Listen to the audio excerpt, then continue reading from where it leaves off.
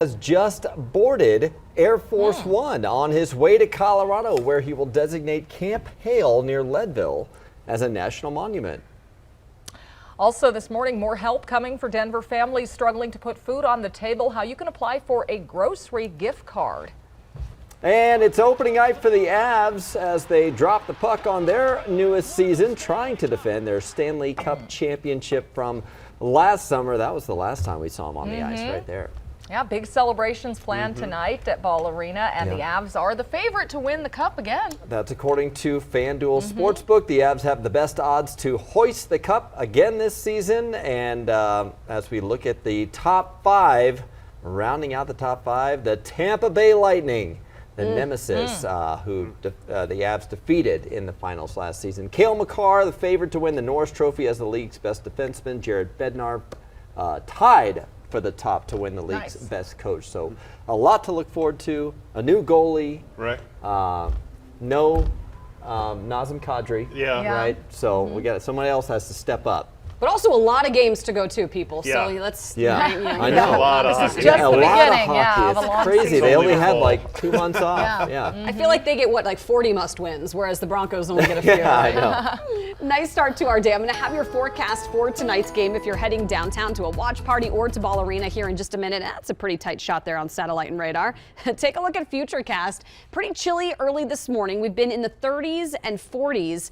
In the mountains, some 20s to low 30s. Winds are fairly calm right now. It got gusty yesterday. You'll notice those winds picking up just a bit out of the west here today. We're going to see wind speeds up to about 20, 25 miles per hour. We'll be in the upper 60s to low 70s here by early afternoon. A little colder over the northeastern corner of the state. That's some of that cool air that's just going to sink a little farther south and west over the next 24 hours. So we'll see some cooler weather here, it looks like tomorrow. But it'll be cooler, not wet. This is a weak front for us, a really weak system. So 70s today, 60s, Jason, tomorrow. And right now we're dealing with double trouble on Highway 36, an eastbound crash and westbound crash. The eastbound one is right here at Pecos. That's having us back up to before Federal, not quite to Sheridan, because as you look at the camera there at Sheridan, on the westbound side, you can see this wreck in the express lane in the left lane. So that is obviously backing up traffic to Federal. And this is that slow traffic here now from Sheridan, heading up the hill to the 80th Avenue Bridge and eventually to that crash at Pecos. So the drive time on either side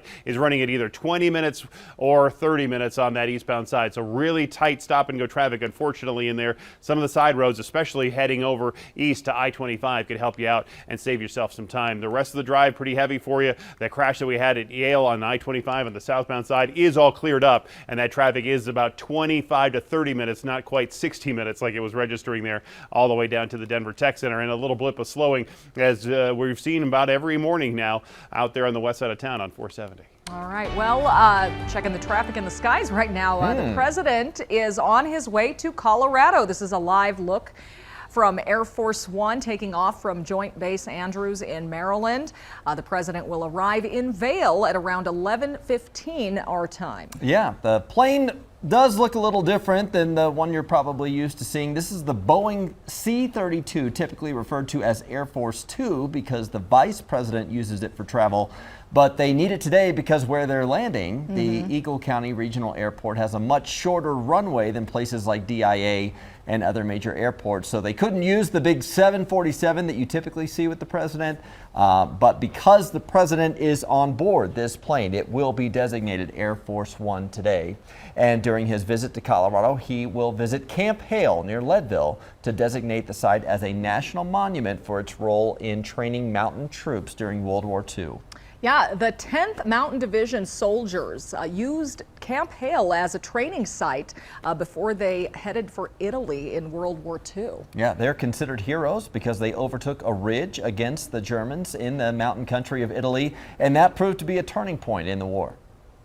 Germans they had a stronghold in this Gothic line on Riva Ridge for over 6 years. And the 10th Mountain Division came in on February 18th and really did the impossible and defeated the Germans in that part of the world.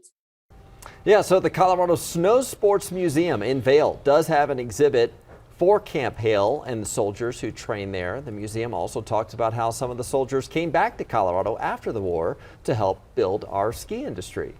During today's visit to Colorado, the president will appear alongside Senator Michael Bennet, who is up for re-election this year. Bennet finds himself in a race for re-election some say is more competitive than expected. This is part of a Western tour for Biden, which will also take him to California, Nevada, and Arizona. And there's another political consideration for the Camp Hale site. Some have argued against the designation as a national monument because it could prevent future oil and gas drilling as well as mining operations on that land. Ahead of his visit to Colorado, President Biden also weighed in on the war in Ukraine. Last night on CNN, the president now says he now does not believe that Russian President Vladimir Putin will use nuclear weapons on the battlefield in Ukraine. I think he is a rational actor who's miscalculated significantly. It comes, though, less than a week after the president warned of the risk of nuclear Armageddon, saying it was the highest in 60 years. And the whole point I was making was it could lead to just a horrible outcome.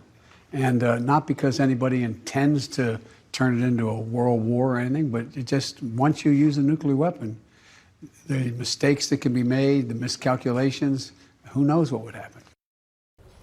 The president's comments come as Ukraine's biggest nuclear power plant has lost all external power. It's the second time this has happened in 5 days. The head of the UN's nuclear watchdog called it a deeply worrying development.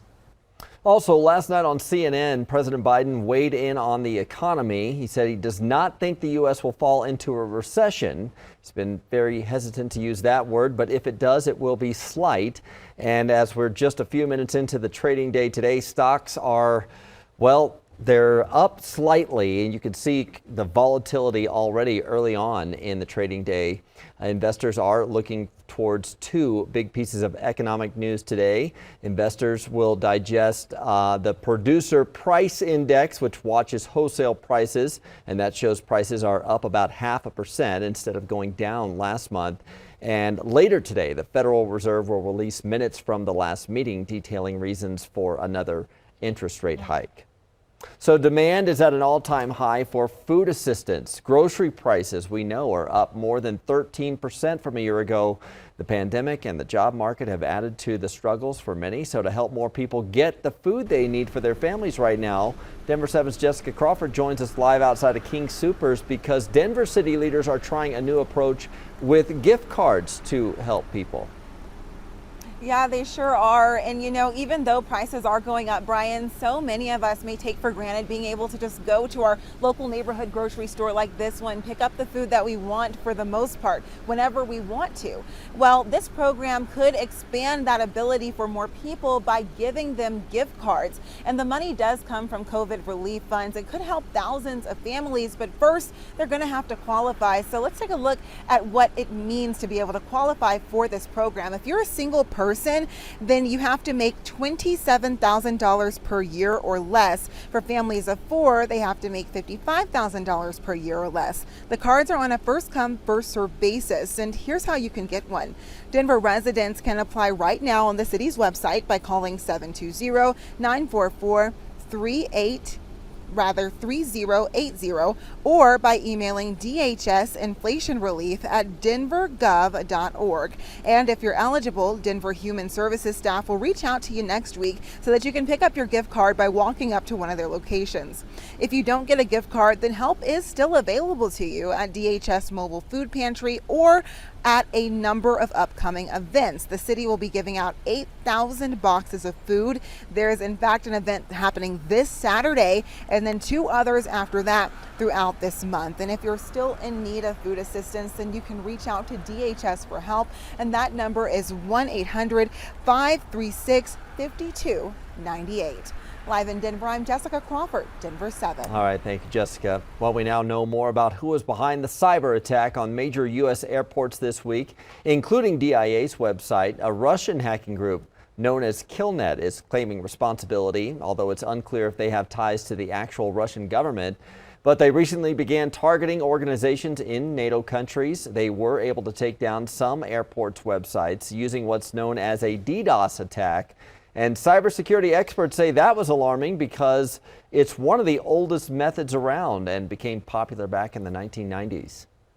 Coming up, the search is on for 2 local Good Samaritans who stepped in to help during a carjacking. Why police want to talk to them.